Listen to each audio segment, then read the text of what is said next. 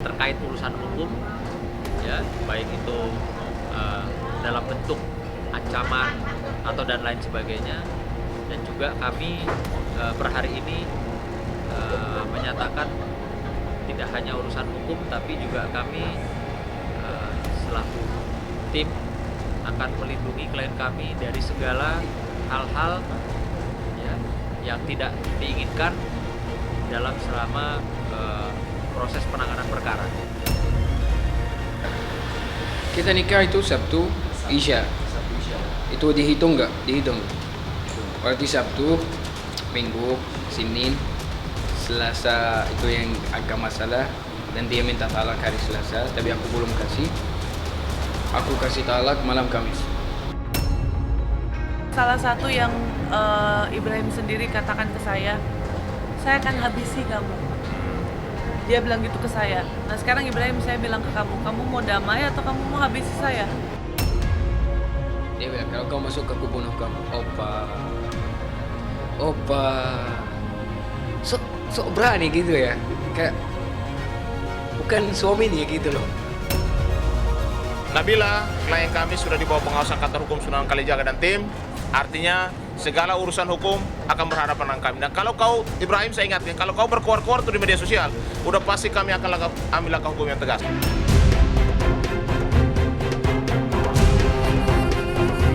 Cerita haru dialami oleh Ratu Rizky Nabila, merasa ditipu oleh Ibrahim, pria Libya yang sudah menjadi suaminya, berujung perceraian. Pernikahan singkat Rizky Nabila dengan Ibrahim pun kini menjadi sorotan. Baru-baru ini penyanyi Ratu Rizky Nabila membuat pengakuan yang cukup menghebohkan. Bagaimana tidak? Penyanyi berusia 27 tahun itu memutuskan bercerai dengan Ibrahim usai 2 hari menjalani biduk rumah tangga. Tak ayal pernikahan keduanya pun dituding banyak pihak hanyalah settingan. Tidak terima dituding pernikahannya hanyalah settingan untuk menaikkan popularitasnya, maka Rizky Nabila siap mengambil jalur hukum usai dirinya merasa ditipu oleh Ibrahim. Usai resmi bercerai, Nabila dan Ibrahim justru terlibat perselisihan hingga keduanya saling sindir di media sosial. Lantas, langkah apa yang akan ditempuh oleh Nabila dan Ibrahim selanjutnya? Dan bagaimana permasalahan yang sebenarnya terjadi dalam rumah tangga keduanya hingga memutuskan memilih berpisah? Saksikan selengkapnya hanya di Cumi Camp In Depth berikut ini. Hai Cumi Lovers, bersama Cumi Camp In Depth kami sajikan kabar lengkap, mendalam, dan akurat dari narasumber terpercaya. Dan jangan lupa untuk like, subscribe, dan juga share channel YouTube ini.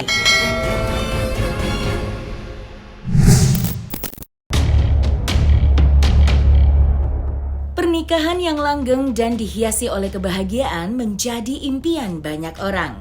Itu juga yang diinginkan penyanyi Ratu Rizky Nabila usai memutuskan menikah dengan pria asal Libya yang baru saja dikenalnya. Alih-alih pernikahannya akan langgeng, justru yang terjadi malah sebaliknya.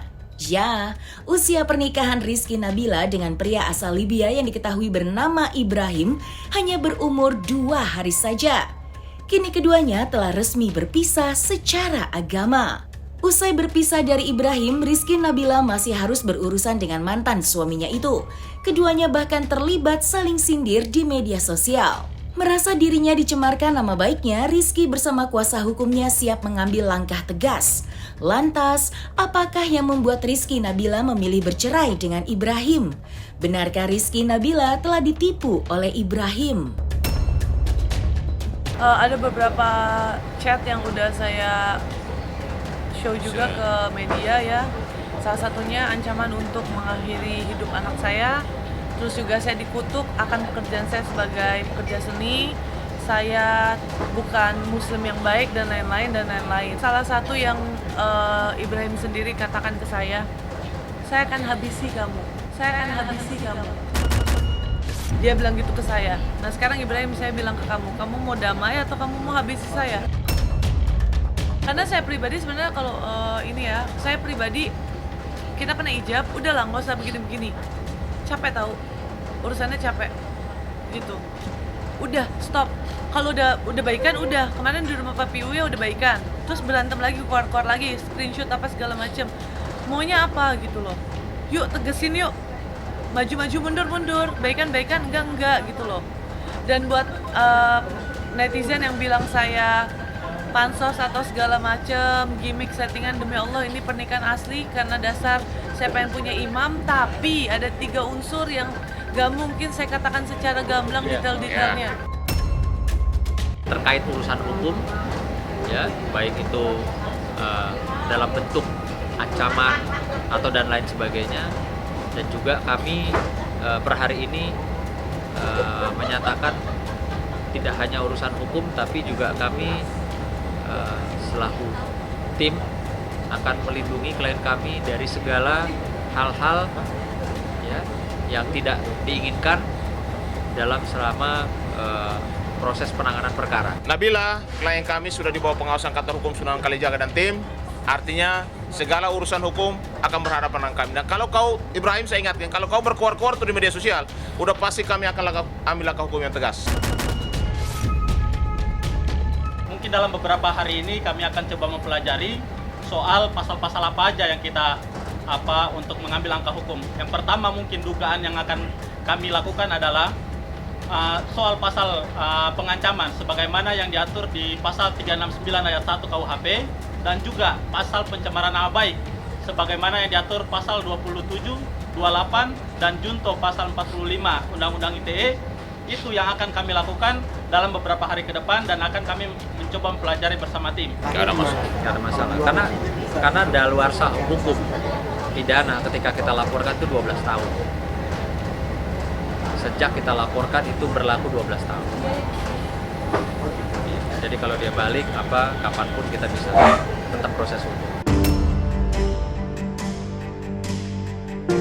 Sementara di tempat berbeda, Ibrahim membantah semua tudingan mantan istrinya itu, Rizky Nabila.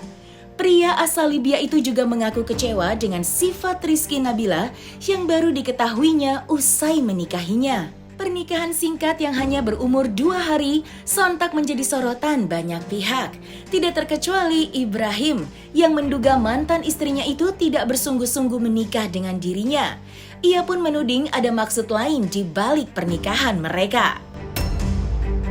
Tidak hanya itu, Ibrahim juga membongkar sosok Rizky Nabila yang sebenarnya. Lantas, alasan apa yang sesungguhnya terjadi di balik pernikahan keduanya yang hanya berumur 2 hari itu? Benarkah Rizky Nabila telah mempermainkan Ibrahim? Kita nikah itu Sabtu, Isya. Itu dihitung nggak? Dihitung. Berarti Sabtu, Minggu, Senin, Selasa itu yang agak masalah. Dan dia minta talak hari Selasa, tapi aku belum kasih. Aku kasih talak malam Kamis. Berarti 5 hari. Dia minum obat. Mau minum obat. Aku nanya itu apa? Dia nggak berbicara. Terus aku bilang sini. Dia datang buka. Dia sembunyi di belakang gitu ya. Terus dia ke depan, loh apa ini? Oh, kenapa? Dia bilang aku nggak bahagia gitu loh. Nggak bahagia apa? Nggak bahagia nikah loh. Aku itu apa ya, kayak error gitu lah. Bingung, ya, heran, kaget, semuanya lah. Aku bilang ya udah, ini setan. Ayo kita sholat dulu lah. Sedang sholat, dia putus sholatnya dan lari ke bawah gitu, lepas baju dan lari ke bawah. Aku selesai sholat, habis itu aku turun. Loh kenapa kamu, ada apa? Aku nggak bahagia. Nggak bisa, ini semuanya gara-gara kamu loh. Apa nih yang gara-gara aku? Nggak bahagia nikah. Habis itu ya kita ke rumah sakit. Gara-gara kayaknya dia udah minum obat sebelum aku larang gitu. Kita ke rumah sakit dan dia minta talak di rumah sakit. Tapi aku nggak kasih. Aku bilang ya yuk kita ke rumah, masih bisa berbicara. Walaupun kamu mau talak bukan di sini, tapi di rumah. Setelah itu dia kabur. Dia kabur dari rumah. Aku cari dia di mana-mana. nggak ada kabar. Aku telepon Rabu pagi, dia angkat, dia bilang aku nggak bakal balik ke rumah kalau belum talak.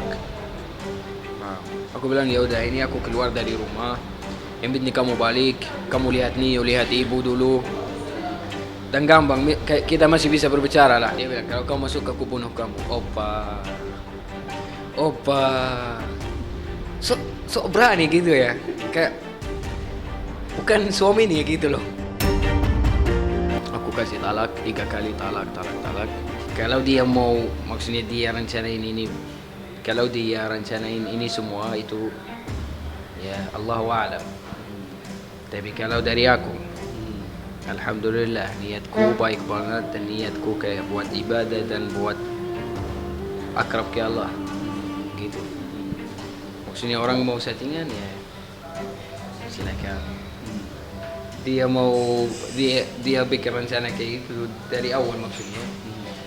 Oke, aku kasih pelajaran buat dia. Maksudnya aku bukan buat main-main tuh. Semalam aku udahin semua nih. Masalah media aku udah hapus semua. Dan udah minta maaf di story sama semua yang penonton, sama dia juga udah minta maaf. Dia bilang ya aku terima maaf dan aku minta maaf juga, tapi aku mau lanjut jalur hukum. Kalau kita mau bahas jalur hukum, kamu yang hancam aku, mau bunuh. Yang masuk penjara siapa? Kamu, bukan aku. Ini satu. Tapi ya mungkin kamu jadi istriku salah satu hari, jadi nggak terima kamu masuk penjara lah, santai aja. Terus yang kedua, kan kita udah baik. Meski sudah resmi bercerai, baik Rizky Nabila maupun mantan suaminya Ibrahim sampai kini masih terlibat perseteruan panas. Saling tuding di media sosial tidak terelakkan. Dan tidak hanya itu saja, Nabila bahkan menggandeng pengacara kondang untuk membawa permasalahannya ke ranah hukum. Permasalahan keduanya tidak lepas dari versi yang mereka sampaikan terkait usia pernikahannya yang hanya bertahan 2 hari. Baik Rizky Nabila maupun Ibrahim sama-sama memiliki pendapat lain mengenai awal permasalahan yang terjadi hingga berakhir perceraian. Lantas, seperti apakah akar permasalahan yang terjadi di antara keduanya hingga tidak hanya berakhir pada perceraian, tetapi juga merambah ke ranah hukum? Sekitar 2 minggu lah. Ketemu langsung kayak first meet, first love, first bullshit. Gitulah. Saya tidak nyaman untuk dibicarakan perihal daerah privasi. Dan ketika dia bilang kita menikah 4 hari, padahal nyatanya tuh 1 hari lebih, ya 2 hari lah ya. Tapi dia ngotot dan dia merasa bahwa rumah saya itu adalah hak dia untuk datang, padahal kita sudah cerai, sudah nggak ada urusan ikatan atau apapun itu. Dan dia bilang katanya saya mau bunuh dia. Loh, kan kamu mau nerobos masuk rumah saya. Dan dia terus keluar di media segala macam bilang bahwa saya katanya pansel sama dia, settingan sama dia. Demi Allah, saya menikah sama dia beneran karena saya mau menikah, bukan karena saya mau main-mainin pernikahan, nggak ada sama sekali. Dan juga poin yang paling penting adalah jangan memakai nama saya lagi dalam urusan apapun, dalam hal apapun, dengan agenda apapun, karena saya merasa kalau kamu mau mencari uang di sini, pakailah namamu sendiri, pakai talentamu sendiri. Karena saya pribadi, ini pernikahan kita aib, udah selesai sampai sini, stop. Kalau mau tabayun, ayo tabayun sekalian. Ketemu bareng, ayo. Kemarin kamu didampingi sama teman-temanmu, sekarang aku didampingi sama abang-abangku, ayo. Kemarin aku sendiri terus, sekarang baru aku berani. Aku memang nunggu saat-saatnya kamu mulai. Kita udah sudah baikan, tapi dia begitu lagi. Jadi saya rasa dengan dukungan Bang Sunan dan teman tim, ini harus diberikan sesuatu yang poinnya tuh kuat. Kita bahas sih, aku siapa, dia siapa, kurangan dia apa, kurangan aku apa. Kita berbicara. Terus Ya orangnya kayak apa ya? Mungkin jauh dari Allah. Jadi itu alasan yang bikin saya kayak nggak salah maksudnya aku maju. Terus dia nanya, nikah nggak? Serius? Maksudnya dia bilang serius atau main-main aja? Aku bilang serius kok. Kalau cari seriusmu gimana? Nikah? Ya udah, yuk. Enggak secara sering kita bilang. Bunggolo sama saksi sama wali dia. Aku sebagai laki mungkin wali diri sendiri, tapi ada temanku yang sebagai keluarga di sini gitu. Keluarga aku ya mungkin di Libya, nggak mungkin mereka datang waktu kayak 1 minggu kan, nggak mungkin. Jadi alhamdulillah walaupun aku orang di luar, tapi tamu-tamu yang datang yang aku ajak ya lebih ramai daripada dia. Mereka kaget pas mungkin aku mau nikah gitu, kok Ibrahim mau nikah di Indo, loh berarti nggak mungkin balik ke Libya lagi gitu. Ada enggak sih? Cuman mereka mungkin ya salah mikir. Mungkin lihat mereka lihat kayak ratu artis, mungkin foto-foto dia di EG kayak selalu terbuka atau gitu. Mereka bahas masalah budaya juga. Tapi yang nggak bikin kayak yakin dan bikin saya berbicara sama mereka kayak orangnya baik, orangnya mau akrab ke Allah, mau gini. Ternyata orang mana yang mau berangkat langsung ke Libya loh? Ada apa di Libya loh? Faham? Maksudnya ya honeymoon dulu dong. Maksudnya kan kita mau bikin acara satunya itu yang resmi juga. Itu sebenarnya di tengah Desember. Kita tapi ya nggak jadi sih. Jadi aku bilang sama dia mungkin kita ke Libya awal tahun. Awal tahun kita ke Libya insyaallah sana. Dan aku rencana mau bikin acara nikah lagi di sana gitu sama sama keluarga maksudnya iya. Tapi nggak jadi ke Libya atau Zimbabwe atau kemana-mana, aku masih di sini lah. Kalau dia kayak gitu ya urusan dia lah. Seperti ada yang borok ada yang baik di mana-mana itu. Nggak bisa dibanding sama Libya juga karena di Libya juga ada yang baik ada yang enggak. Tapi ya mungkin kerjaan dia atau sebagai artis atau gitulah. Makanya temanku kemarin dia bilang ya udah kamu cari yang desa aja gitu maksudnya yang baik-baik. Aku bilang nggak tentu juga di desa baik-baik maksudnya di kota juga ada yang baik. Cuman ya mungkin nggak nyesel sih, tapi salah pilih. Nah, selesai sudah Cumi Lovers. Bersama Cumi Cam In Depth, kabar lengkap, mendalam, dan akurat dari narasumber terpercaya. Dan jangan lupa untuk like, subscribe, dan juga share channel YouTube Cumi Cumi.